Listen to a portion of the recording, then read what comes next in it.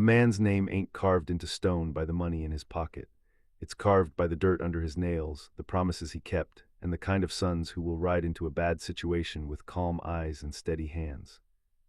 Folks in Dry Creek used to tip their hats when Ezekiel Harper passed, not because he was rich, because he was real. 71 years of sun and wind had painted his face like old saddle leather, but his gaze stayed straight.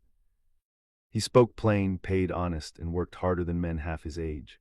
He was the kind of farmer who could fix a broken plow with a nail and a prayer, then still have enough patience left to teach a boy how to mend a fence without cussing the world into pieces.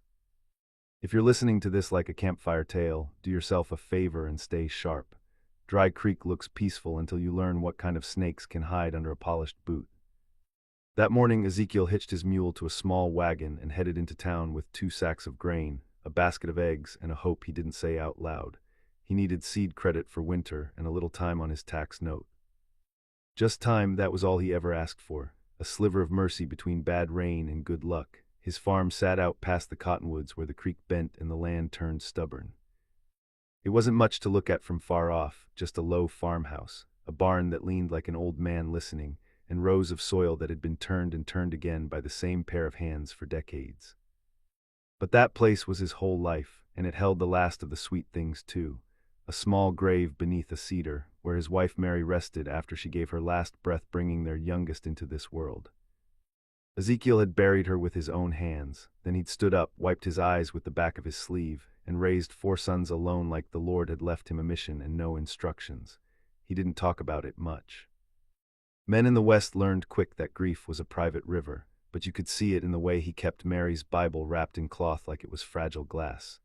You could hear it in how he spoke to his boys even when they were grown, like every word mattered because you never knew which one would be your last. Those boys weren't boys anymore. They'd ridden out weeks earlier on separate work, all of it honest but hard. 1 guiding cattle for a neighbor who paid fair. 2 doing contract protection for a stage line that kept getting tested by desperate men. The youngest taking short work with a survey crew, learning the land the way a man learns a language. They had promised to be back by harvest. Ezekiel figured he could handle a town trip on his own. That was his first mistake. Dry Creek's main street shimmered with late summer heat. Horses tied to posts, boots thudding on boards, a few ladies in shade bonnets moving like quiet ghosts between the mercantile and the church yard. The place smelled of dust, coffee, and money, with that sharp bite of cigar smoke drifting from the saloon doors. And money had a new face in Dry Creek, Silas Crow. He'd come into the county like a slick card in a gambler's hand, all smiles and shiny buckles. Crow didn't farm, didn't ranch, didn't build anything you could eat, ride, or live in. He bought papers, bought men, bought time. He was one of those fellows who could turn a drought into profit and still sleep like a baby. He'd set up office in the bank, and the bank had started acting like it owned the sky. Ezekiel brought his wagon to the feed store, sold what he could, counted his coins twice, and walked across the street toward the bank with his hat in his hands. Some men will tell you there's no shame in asking for time. They're right. The shame comes from the way certain folks look at you when you ask, like your struggle is entertainment. Inside the bank, it was cooler, smelling of ink and polished wood. A clerk with thin lips looked Ezekiel up and down like he was measuring him for a coffin.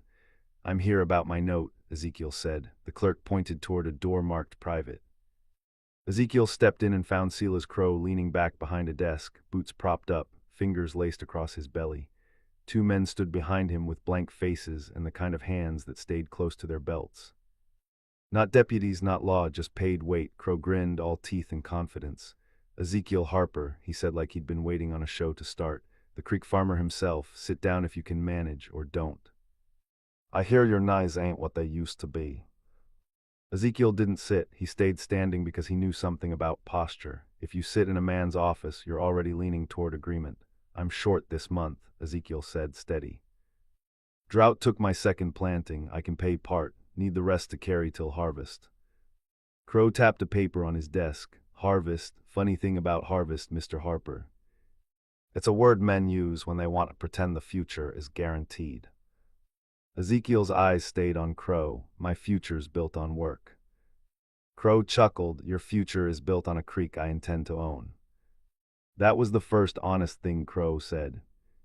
He slid another paper forward, the edges crisp, the ink still proud.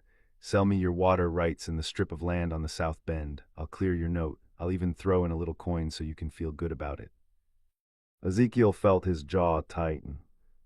That bend feeds my fields. Crow's grin thinned. That bend feeds my plans.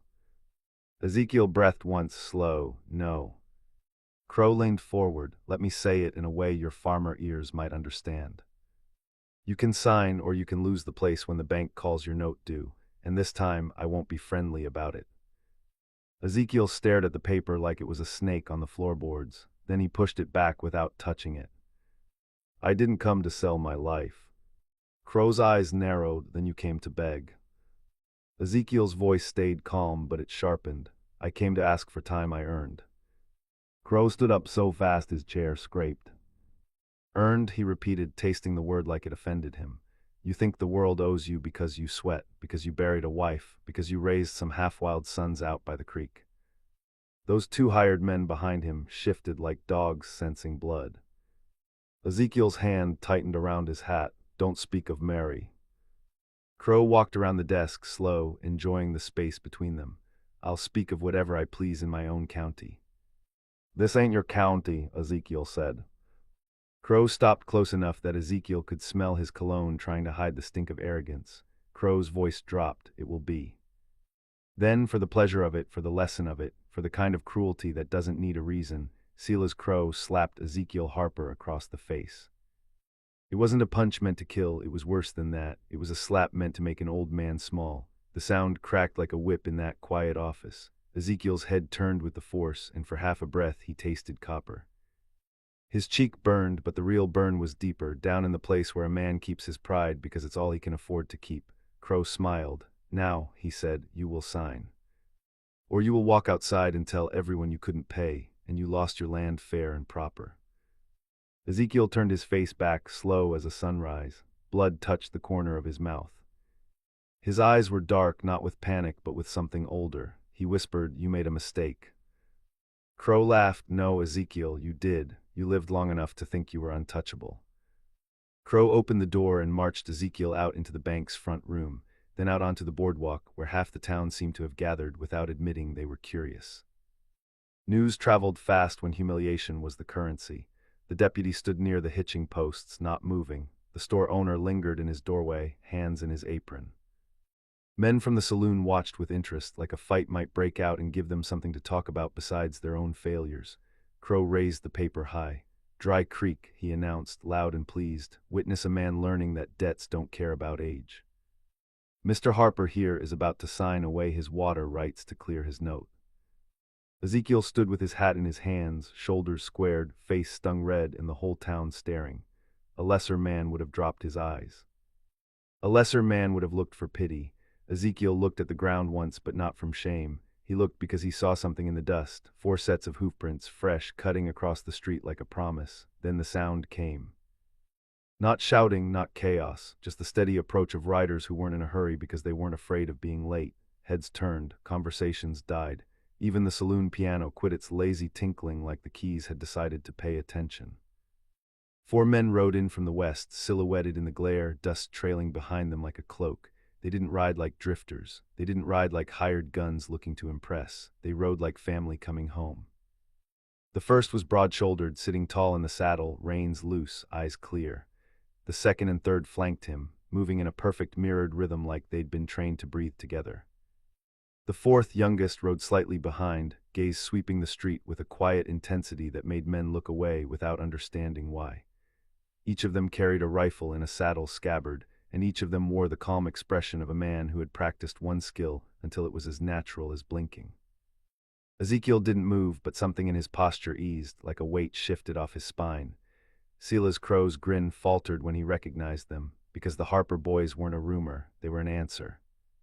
Caleb, the eldest, 32, hands steady as a church bell and eyes that didn't waste time. Jonah and Luke, the twins, 28, quicker than most men could track, known up and down the stage road for ending trouble before it started. Eli, barely 23, with the kind of quiet that made loud men nervous. They reined in together, stopping in front of the bank like the street belonged to them, and the world would just have to deal with it.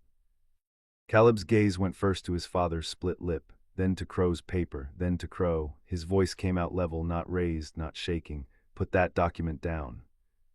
Crow lifted his chin. And if I do? Jonah's hand rested near his rifle without even looking at it. Then you're going to learn what Pa taught us before we learned our letters. Luke smiled a small, humorless smile. That respect ain't optional. Eli spoke last, and when he did, it made the air feel thinner. You slapped our father, he said, quiet as dusk. Now pick your next move real careful. The crowd held its breath. Ezekiel Harper, old farmer, stood between his sons and the man who tried to make him small. And Silas Crow realized, too late, that humiliating an old man is easy. But humiliating an old man in front of the sons he raised by himself is how you start a story that ends with your name spoken like a warning. Crow's fingers tightened on the paper. Caleb didn't blink. Apologize, Caleb said. And right there, under the hard Montana sun, Dry Creek waited to see whether pride or sense would win, because the next sound in the street was going to change everything. Silas Crow stood there with that paper held up like it was a flag of conquest, but you could see the doubt creeping into him the same way shadow creeps across a porch at sundown. He wasn't used to men looking at him like he was just another obstacle. He was used to folks folding, used to fear doing his work for him. Caleb Harper didn't carry fear in his face. None of the Harper boys did. They sat their saddles like statues cut from stubborn stone, eyes steady, shoulders loose, rifles still sleeping in their scabbards but close enough to wake. Crow forced a laugh for the crowd. Well now, he said loud, the prodigal son's return. I've heard tales, heard you boys fancy yourselves quick with a gun. Jonah's gaze never left Crow's hands. We don't fancy nothing, we just don't miss. A few men in the crowd shifted their feet. One of them spat into the dust and tried to act like he wasn't suddenly worried about being in the wrong place. Crow's eyes cut to the deputy by the hitching posts. Lawman, Crow called, you gonna let them threaten a businessman in broad daylight? Deputy Hollies looked like a man caught between a meal and a rattlesnake. He cleared his throat, glanced at Crow's hired men, then at the Harper brothers. Ain't heard no threats, Hollies muttered. Crow's jaw twitched. You heard it. They're intimidating me. Luke spoke, voice calm as creek water. You slapped an old man. Our old man in public, that's what folks call intimidation. Ezekiel Harper finally raised his head. Blood still clung to the corner of his mouth, but his eyes were clear. Boys, he said softly, I don't need you starting trouble. Caleb glanced back at his father. The look he gave him wasn't disobedience, it was devotion mixed with steel. Pa, he answered, trouble already got started. We just arrived in time to finish it proper. Crow's hired men took a step forward, two of them spreading out like they wanted angles.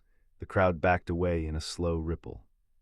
Folks knew that when men started spreading, it meant someone expected shooting. Eli's gaze flicked to those hired men and back. He didn't raise his voice, didn't reach for a weapon. He just said, don't. Something in the way he said it made one of the hired men hesitate, not because Eli looked mean, because Eli looked certain. Crow tried to keep control of the moment. You boys don't understand contracts, he said. Your father's in debt. I offered him a solution. Jonah's eyes narrowed, a solution that ends with you owning our water. Crow shrugged like it was simple. Business, that creek bend is valuable, and your father's time is running out. Luke's smile vanished. His time ain't yours to measure. Caleb reached up and unfastened the strap holding his rifle scabbard, slow and deliberate, like a man unbuttoning his coat before work. He didn't draw the rifle. He didn't need to.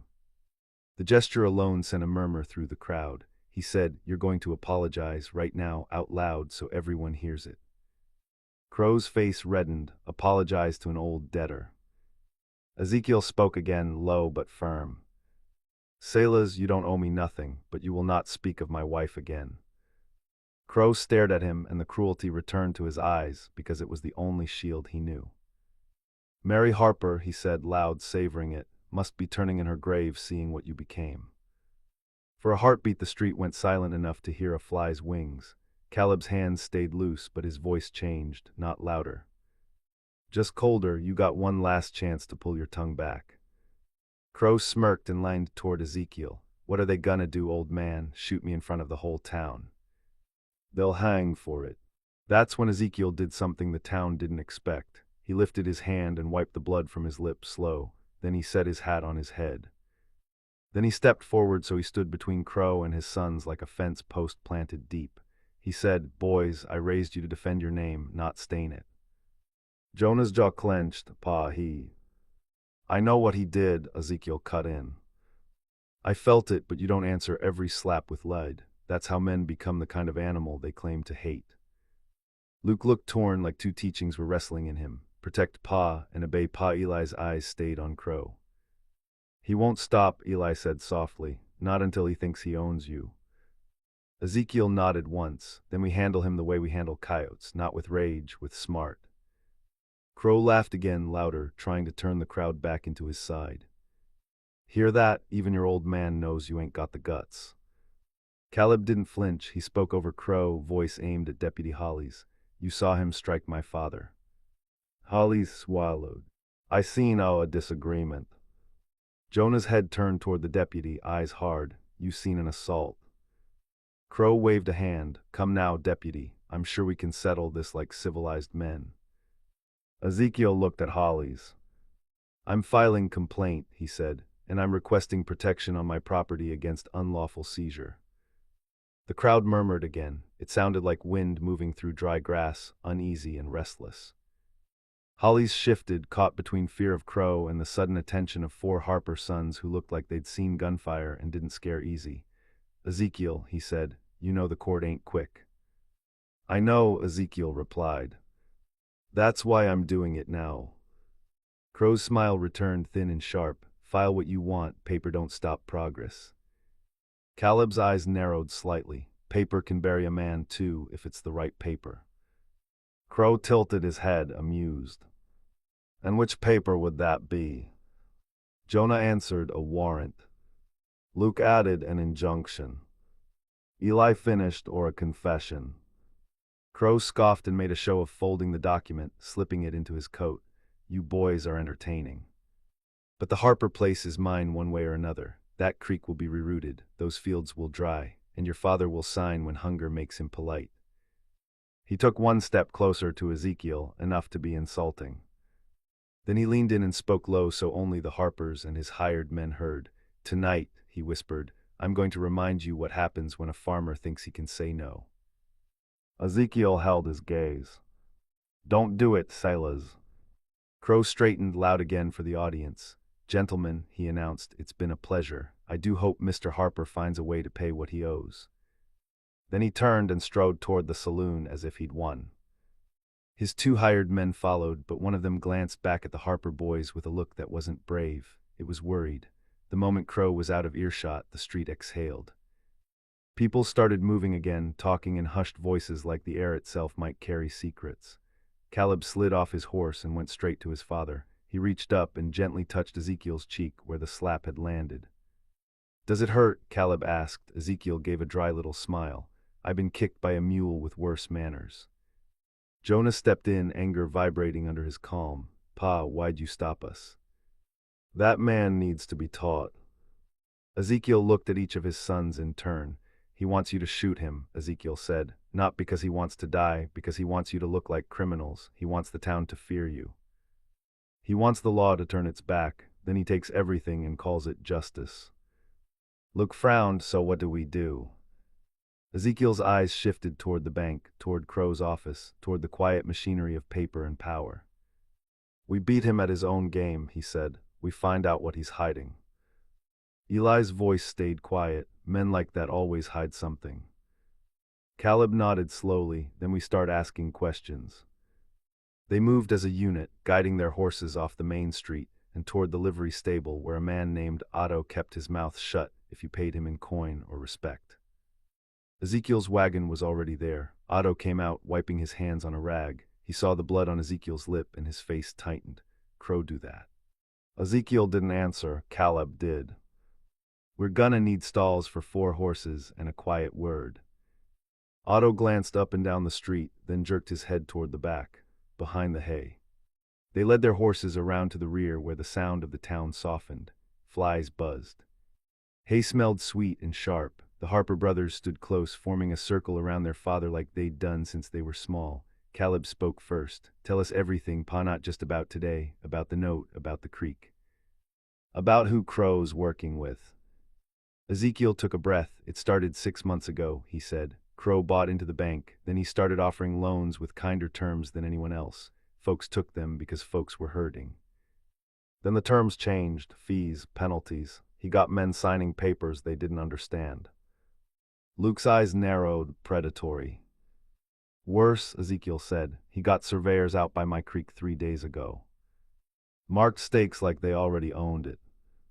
Eli looked toward the hills beyond town. He's planning a diversion. Jonah's anger sharpened into focus. If he takes the creek, he kills the farm. Ezekiel nodded, and it ain't just me. Old Mrs. Pell has her orchard fed by that water. The Ortega family has cattle that drink from it. He's squeezing the whole bend. Caleb's voice was steady, so we stop him before night. Luke lifted a brow. Pa said no ambush. Ezekiel's gaze was firm. I said no foolishness. I didn't say we couldn't prepare. Jonah leaned forward. What did Crow mean about tonight? Ezekiel hesitated. The silence was heavy. Then he said, he's got men. Not deputies, not law, men who do dirty work. He'll ride out to the farm after dark, scare me, break something, set fire to the barn maybe. Or worse, take the mule, poison the well, make it look like I failed. Eli's eyes went colder. He's trying to force a signature. Caleb straightened. Then we don't go back alone. Ezekiel's jaw tightened. We go back together, and we don't wait inside like rabbits. Luke looked thoughtful. We pick the ground. Jonah nodded. We make them come where we can see. Eli's gaze flicked to the town, then back to his brothers. And we find proof, he said. If we can get proof Crow's doing illegal seizures, the judge in Fort Mason can freeze his claims. Caleb's eyes sharpened. How do we get proof? Eli glanced toward the saloon. Men talk when they drink, he said, especially hired men who don't have loyalty, only appetite. Jonah cracked his knuckles. I can get someone talking. Ezekiel pointed a finger at him. No roughing folks up. Jonah exhaled through his nose. Fine, I'll get them talking with words. Luke gave a small grin. That'll be a new trick. Caleb looked at Otto. We'll pay you for what you know, he said. Otto raised both hands. I don't know much, but I know Crow brought a wagon in last week, late, heavy, covered, went straight to the back of the bank. 2 men guarding it with rifles, not the usual. Eli's eyes narrowed. What kind of wagon? Otto scratched his chin. Mining supply, stenciled for the North Spur Company. Caleb blinked. North Spur, that's the outfit trying to buy land along the ridge. Luke's face tightened. There's rumor they found silver near the ridge line. Jonah's voice hardened. If there's silver, Crow doesn't need our creek. He needs control. Water to run a mine, water rights to move equipment, land to claim a corridor. Ezekiel looked grim. So it ain't just greed, it's a plan. Eli nodded slowly. And plans leave trails. Caleb turned to his brothers. We split, he said. Luke and Jonah go to the saloon. Listen, don't start trouble. Eli, you come with me to the bank, not inside, around. We see what that wagon was. Pa, you stay with Otto and keep your wagon ready. If Crow's men ride tonight, we'll be ahead of them. Ezekiel bristled. I ain't sitting like a hen. Caleb's voice softened. You're not sitting, you're anchoring. If something goes wrong, you're our fallback. You taught us that.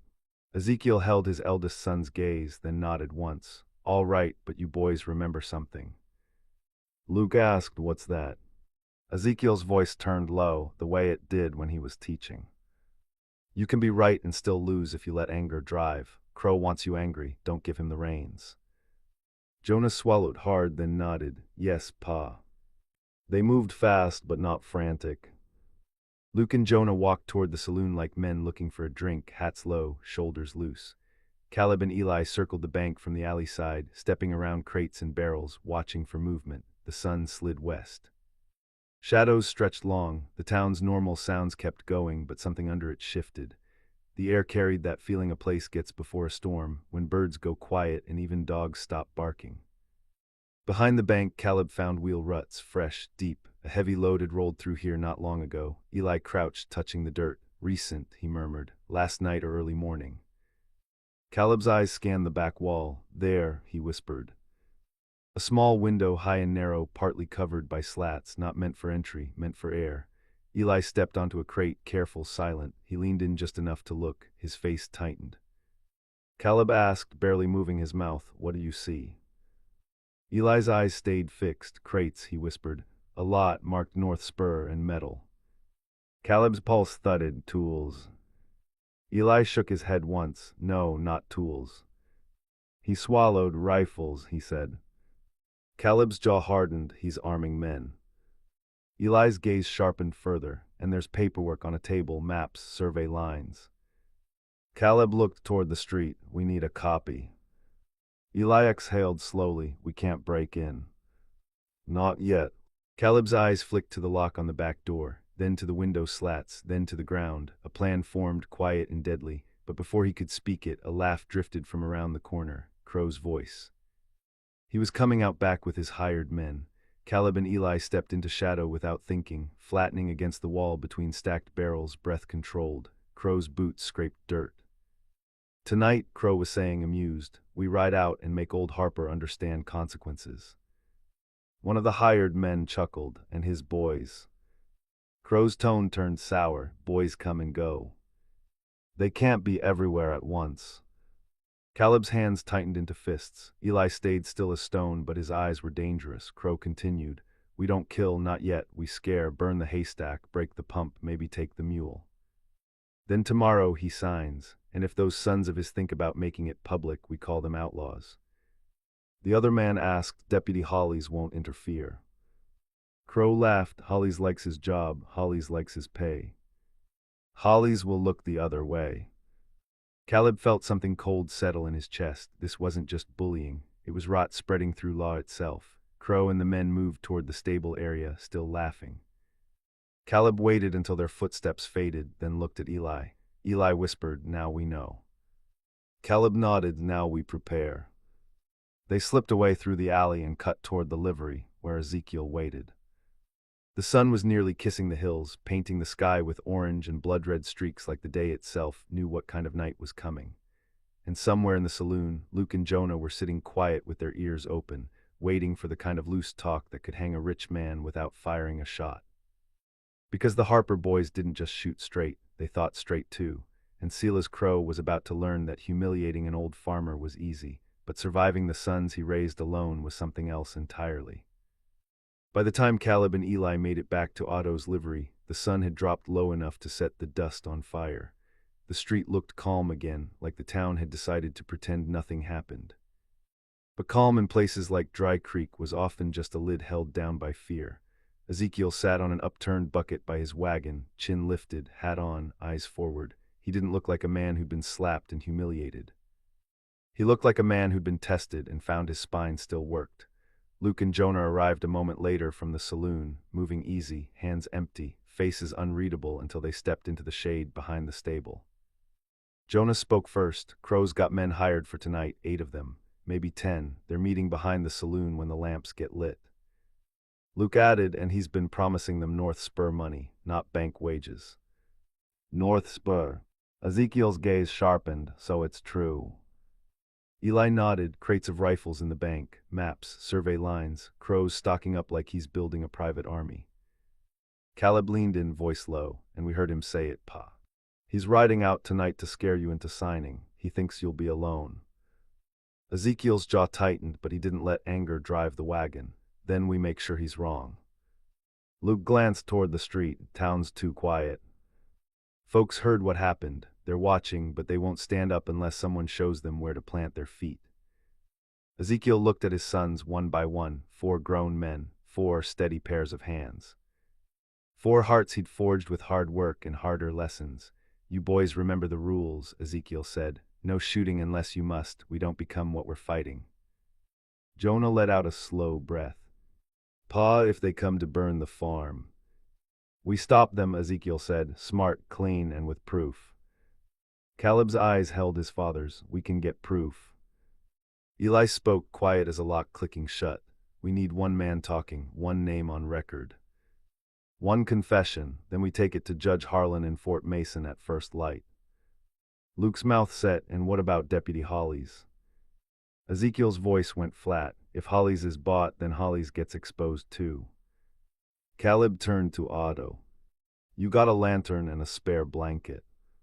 Otto nodded quickly, already convinced he was safer helping than pretending he saw nothing.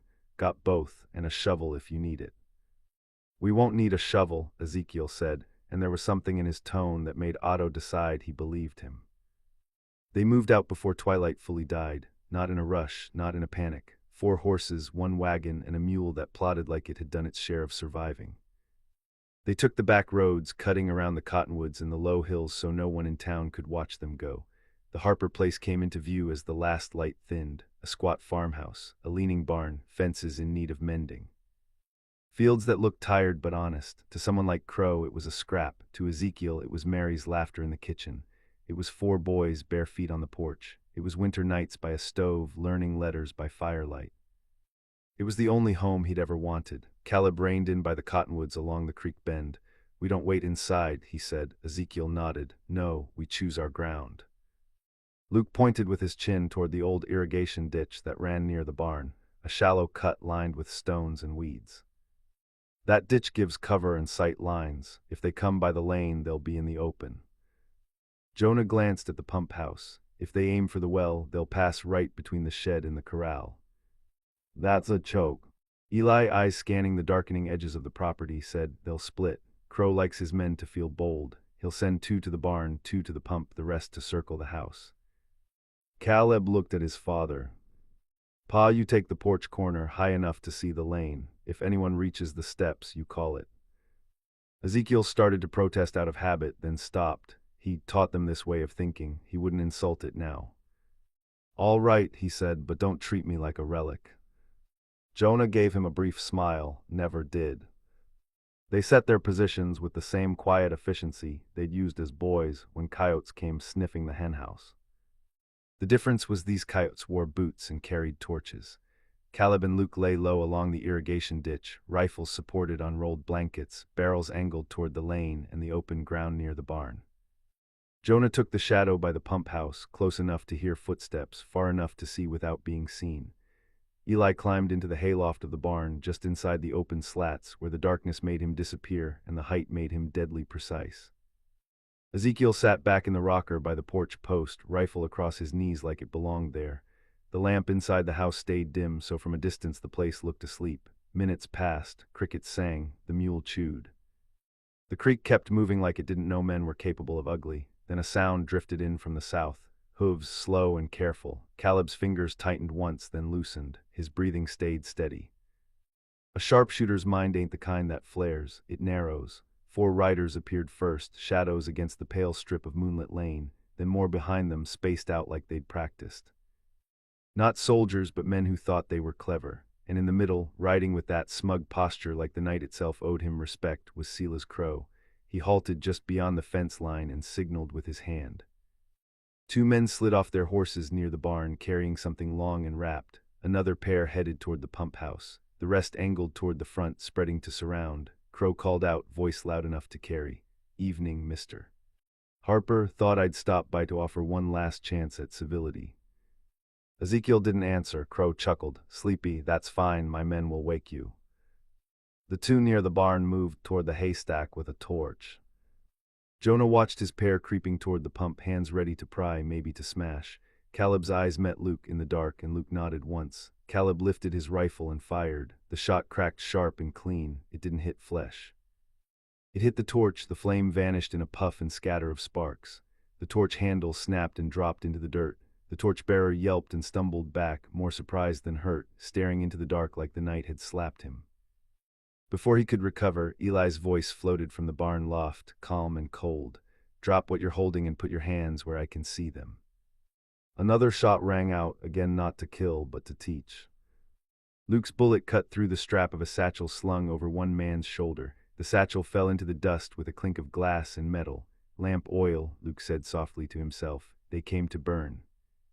Crow jerked his head up, scanning. Harper boys, he called, anger rising. So you did come back, good, saves me the ride tomorrow. Ezekiel stood on the porch then, stepping into view like a judge taking the bench. Sailors, he said, voice carrying clear. Turn around and leave, tonight ends clean if you let it. Crow's laugh wasn't as confident as it had been in town. You think you can threaten me from your porch? Ezekiel's reply was quiet, I'm not threatening you. I'm offering you mercy you don't deserve. Crow's face tightened. He lifted his hand in a sharp signal. Two men near the pump rushed forward. Jonah moved like the creek itself, smooth and fast. His rifle spoke once, and the bullet knocked the wrench clean out of a man's hand, sending it spinning into the grass. The man froze, eyes wide. Jonah's voice cut through the dark. "Next one ain't the wrench." That stopped them. Crow swore under his breath, then shouted, "Shoot them, you fools." But his men hesitated, because men who get paid for intimidation don't like stepping into a fight where someone else is calm. Caleb raised his voice, aimed straight at Crow. "You brought men, fire, and oil to a farmer's land. That's attempted arson and assault." Crow sneered, "Prove it." Eli answered from above, "We plan to." At that, one of Crow's hired men made a decision. He spun, grabbed his horse's reins, and tried to mount. Luke fired again, low and precise. The shot hit the ground at the horse's feet, a clean warning. The horse reared, and the man fell backward into the dirt, scrambling. "Stay put," Luke said, calm. "Nobody dies if nobody pushes it." Crow's eyes flicked from shadow to shadow, hunting for targets. He wasn't used to being blind. Power men hate darkness when it ain't theirs. He barked, "Hollies." And like a shameful answer, Deputy Hollies rode in from the lane, lantern swaying, eyes darting. He brought two deputies behind him, young and uncertain. Hollies called, "What's going on here?" Ezekiel's voice carried the weight of years and honesty.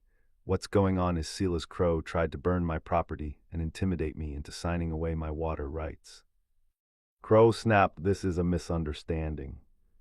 These men are here as witnesses. The Harpers are pointing rifles at citizens." Caleb spoke before Hollies could find his spine. "Deputy, those men brought lamp oil and torches. We can show you the satchel in the dirt. We can show you where their torches were lit. We can show you Crow's men moving to the pump house with tools." Hollies hesitated, eyes flicking to Crow like he was waiting for instructions. That was all the proof anyone needed about where Hollies' loyalty lived. Jonah stepped out just enough for Hollies to see his face in the lantern light. "Deputy," Jonah said, voice steady, "you saw Crow slap our father today. You called it a disagreement. Now you're watching him trespass at night with men carrying oil. You still gonna call it business?" The younger deputies shifted, uncomfortable. One of them, a freckled kid named Mason, looked at the satchel in the dust, then at Crow, then back at Hollies. You could see the question forming in him, is this what law is supposed to look like? Crow's patience snapped. He drew a pistol, fast and ugly, and pointed it toward the porch. Ezekiel didn't flinch, but Caleb's rifle was already trained. "Don't," Caleb warned, voice like iron. Crow's eyes were wild now, fueled by pride and the terror of losing control in front of men he paid to believe he was unstoppable. He squeezed the trigger. The shot went wide, punching splinters from the porch post. Before Crow could fire again, Eli's rifle cracked from the barn loft. Crow's pistol spun out of his hand, knocked free by a shot placed so clean it looked like the gun had decided to flee him on its own. Crow howled and clutched his wrist, stumbling backward. Silence hit the yard so hard it felt like someone had shut a door on the world. Deputy Hollies stared at Crow, then at Eli's loft, then at Ezekiel on the porch, realizing he couldn't pretend this one away. Freckled Deputy Mason stepped forward, voice shaky but sincere. "Mr. Crow fired first," he said. "I saw it." Crow's face went pale. He rounded on Hollies. "Arrest them," he snarled. "Arrest the Harpers." Hollies' mouth opened, then closed. His eyes flicked toward the other deputy, who looked more interested in not getting shot than in doing Crow's bidding. Caleb spoke, firm and clear. "Deputy Hollies, you can do this right. Disarm these men, take them into town, and we'll all ride to Fort Mason at dawn. Or you can keep pretending you don't know what you know, and you'll be standing beside Crow when the judge asks who looked away." Ezekiel stepped down off the porch and walked toward the satchel lying in the dust. He moved slow, careful, like he was showing everyone he wasn't afraid. He bent, opened it, and pulled out a glass bottle that stank of lamp oil. He held it up in the lantern light. "This is what they brought," Ezekiel said, "not papers. Not negotiation, fire." Then he turned the satchel over and more fell out, rags, matches, a pry bar, and a folded sheet of paper. Eli's voice drifted down, "Check the paper." Ezekiel unfolded it, squinting. His hand tightened. Caleb stepped closer and read aloud, voice steady. "Instructions: hit Harper property tonight, damage pump, burn hay, no killing unless necessary, secure signature by morning, signed with initials." Eli said, "SC." Crow lunged forward, rage making him stupid. That ain't mine. Jonah moved like a gate closing. He stepped into Crow's path and leveled his rifle without aiming at Crow's chest, but at the ground near his boots. Crow stopped. Luke addressed the hired men, calm as dawn. Any of you want to keep following him now that he's shooting at old farmers and leaving instructions in writing? One of the men dropped his torch rag like it burned him. Another raised his hands. A third backed away slowly, eyes flicking to Crow with disgust. Freckled Deputy Mason swallowed hard, then looked at Hollies. Sir, he said, we need to take Mr. Crow in. Hollies' face was tight, trapped. He saw the town's future looking at him through those Harper rifles. He saw the wrong side of history, and for the first time it scared him more than Crow's money. Hollies cleared his throat. Crow, he said, voice rough, you're under arrest for discharge of a firearm and suspicion of arson. Crow's eyes went wide, you spineless. Hollies' hand shook, but he kept it on his badge. And those men with you are coming too. Crow snarled like a cornered animal, but without his pistol and with too many witnesses, his power crumbled down to what it always was, noise. They marched them back to town under lantern light, the Harper boys riding alongside like silent escort. Folks came out onto porches, peeking from behind curtains, then stepping into view when they realized Crow was in cuffs.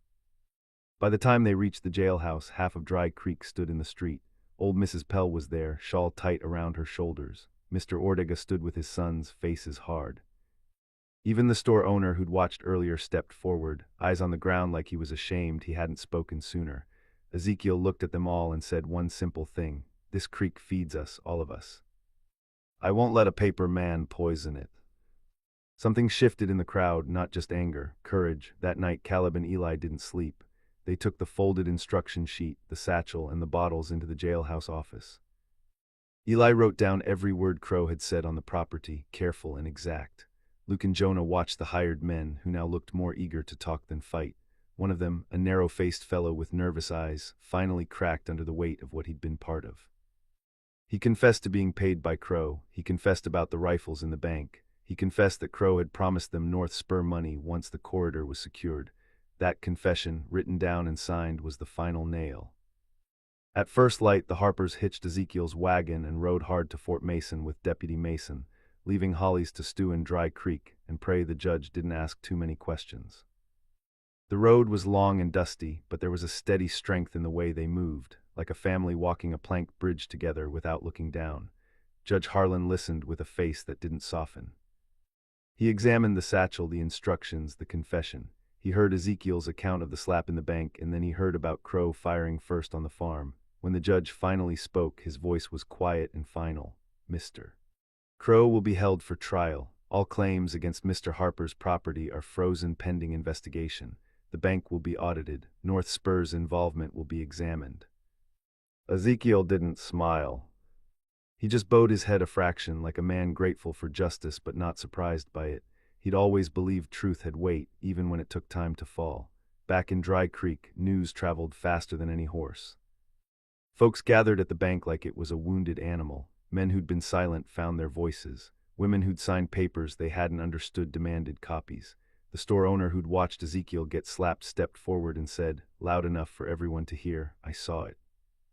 I should have said so sooner, but I'm saying it now. Deputy Hollies tried to hold his badge like it was a shield, but it didn't fit him anymore. Judge Harlan sent a marshal within the week. Hollies resigned before he could be removed, muttering about unfairness, but nobody listened. Silas Crow sat in a cell in Fort Mason with his wrist wrapped and his pride bleeding out slow. The town that once bowed to his money now spoke his name like it tasted sour. And out at the creek bend, Ezekiel Harper stood with his sons and looked at the land that had nearly been stolen by ink and intimidation. The farm still needed work, the fences still lined, the barn still creaked, the fields still demanded sweat, but that place was theirs. One afternoon, as the sun laid warm light over the porch, Ezekiel walked to the cedar where Mary was buried.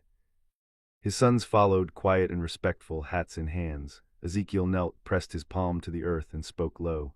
Mary, he said, they tried to make me small, but the boys you left me, they stood like mountains.